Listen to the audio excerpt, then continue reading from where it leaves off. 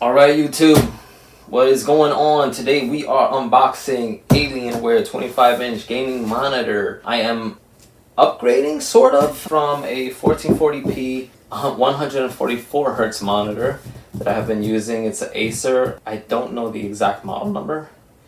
Just a disclaimer, I am no tech guru.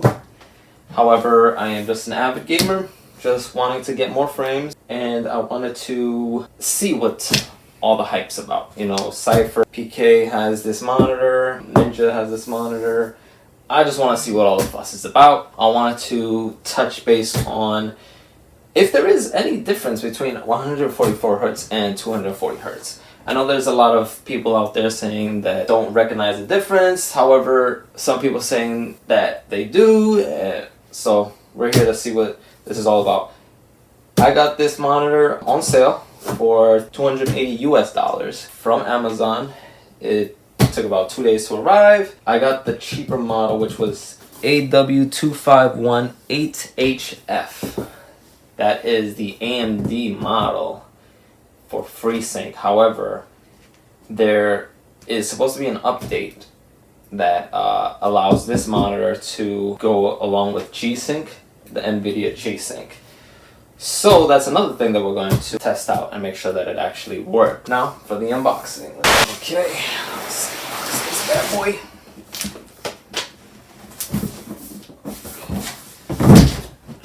Something just fell out. Of course, you gotta have your setup manual on how to set it up, obviously. Alright, so what do we got here first? In the brown box, we have, what seems to be like a magnet. Okay. I believe this is to hide the input cables. This is to go behind the monitor. Set that aside for now. So we got one HDMI cable. We got a USB cable. And of course the power cable as well. I don't think I need this USB cable either, so I'm going to put that back in. Or the HDMI, because we are going to be using a DisplayPort, which I heard is the only way that you can actually get 240 frames per second is by using the DisplayPort. I'm not too sure on that, but we're going to try that out as well. We can test out an HDMI cable, see if it reaches 240 Hertz. If it does, then that's false news. Right, what do we do here? Just pull it up. Wait. Cut out this monitor. Set this bad boy aside for now. Stand. Wow. That's one hefty stand. Okay. So this is the stand portion. Alright, that looks like that is it. So that's everything that comes in the box. Alright, so we're unboxed. Ready to talk about the first look at the monitor. Bezel is very slim around the edges. The monitor is 1080p, 240Hz with a 1 millisecond response rate. The monitor is weighing in at 7.45 pounds. The width of the actual screen is 21.88 inches. The height is 12.91 inches. And the depth, measuring right here, how wide it is. The depth is 2.54 inches. And the height adjustment is 5.11 inches. The 1080p, you would not want to go a little more than 25 inches using 1080p. This is when the quality of the image seems more pixelated.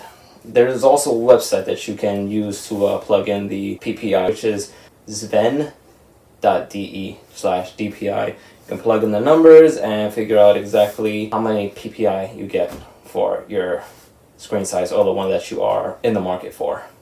Okay, so this is the website that you want to come to, sven.de/DPI, and it will give you a pixel per inch calculator where you just plug in your numbers, horizontal resolution, vertical resolution, and the diagonal size of the monitor, not the actual size. Usually manufacturers will say it's a 25-inch monitor. However, depending on the size of the bezel, if the manufacturer says that it's a 27-inch monitor, it's usually most likely a 26.5 inch. You just will want to double check that. And as you plug in the numbers, this was from my old monitor, the Acer that I'm giving up for the 1440 pixels, and you would get 110.84 pixels per inch. We can round it up to 111 pixels per inch. Screen that we have now is 1080, right? 1920 by 1080 at 24 inches. So no, 25 inches. So this one will be 24.5, and so it's 89.91 ppi. So we can round that up to 90. So we are losing about 21 pixels per inch. So you are giving up quality, but like we said, it is giving up quality for the frames per second. Let's talk about the stand. It's a solid stand weighing in at 7.1 pounds. As you can see here, it's a functional stand. It increases and decreases the height of the monitor, also pans left and right.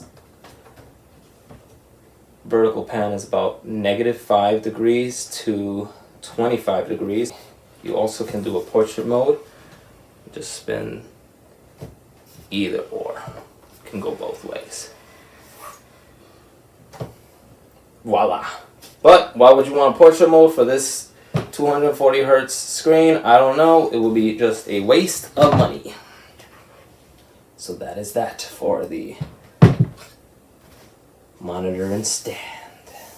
Now for the input of the monitor, we have DisplayPort, we have a headphone jack, and 2 HDMI inputs, and a power plug slot. And then also to get 2 USB ports right under the frame. Okay, so we are here to check for the G-Sync. It does say that it's not G-Sync compatible. However, I have tested and ran it a few times, even through Unigen, with over 240 frames per second, and there was no screen tearing. Unfortunately, it still does say it's not G-Sync compatible, even with the drivers installed. This is where you will want to go to install your drivers, dell.com/support, and it'll bring you to this page. You can just enter in the model number, 2518, and we have the HF. So we go there, you go to drivers and downloads, and it'll give you these 2 downloads. I already did it, so I don't have to do it again. And then after that, your NVIDIA settings, well, NVIDIA control panel. You just right click, go to NVIDIA control panel, and then you come to setup G-Sync. Now, and then you click on the Dell AW2518HF, and then this will not be clicked. This will be off. Yeah, it'll be off. And then you have to enable G-Sync, G-Sync compatible, enable for full screen mode or windowed or whatever. And you just click this and it turns it on. Selected display is not validated as G-Sync compatible. That's what I was talking about. It does say it there, but I've tested it. I'm actually on the phone with Dell just to double check, and I'll put that in the video, the conclusion. And then once you do that, then you go to change resolution, and it's gonna automatically be on Ultra HD native. You don't want that. You wanna put it down to 1920 by 1080, and then, you know, change the refresh rate to 240 hertz. And then that's it. Apply it. And then everything is set. Your G-Sync is set. And then when you play, everything is good. Because I already tested it out. A few times, and everything was working fine. No screen tearing, no nothing. I saw a lot of places saying that, you know, oh, G-Sync is now compatible with the HF model. That's the reason why I bought it instead of the other one, because the other one is, the H model is very expensive. The HF is almost $200 less.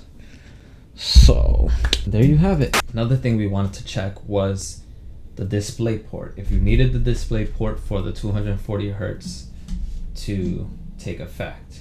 So right now, as you can see, I am connected via DisplayPort to the PC. I'm going to switch it now. Now it is in HDMI mode. I actually can't see that for some reason. All right, so we are connected via HDMI now. It's very small for me, I can't really see. Okay, so native 60 hertz. That's the same thing with the DisplayPort. No.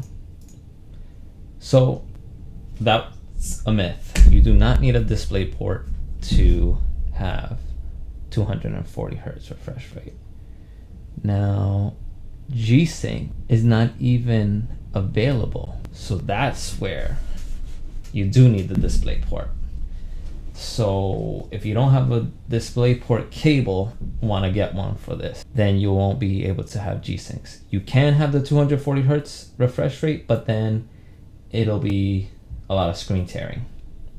The myth is busted. However, we did come across no G-Sync with HDMI. Well, voila! Get yourself a DisplayPort. Okay guys, so I just got off the phone with Dell and they did confirm that it is 100% G-Sync compatible. However, you do need the DisplayPort attached to have that G-Sync compatibility. Because with the HDMI cable only, you will get the 240 frames per second, but there will be some screen tearing depending on your PC build. Also wanted to mention that this monitor and any 240 hertz monitors are for competitive gaming.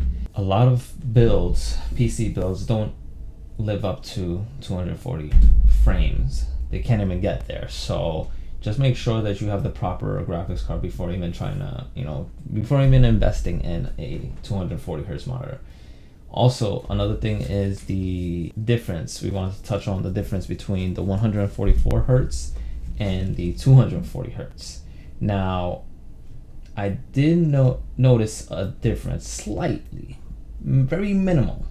It's not game changing where you're gonna, oh wow, it's so amazing. It's not like 60 hertz to 240 hertz, or 60 hertz to 144 hertz. That you can realize a big difference. Now, 144 hertz to 240 hertz, there is a slight little difference where it does feel very smooth.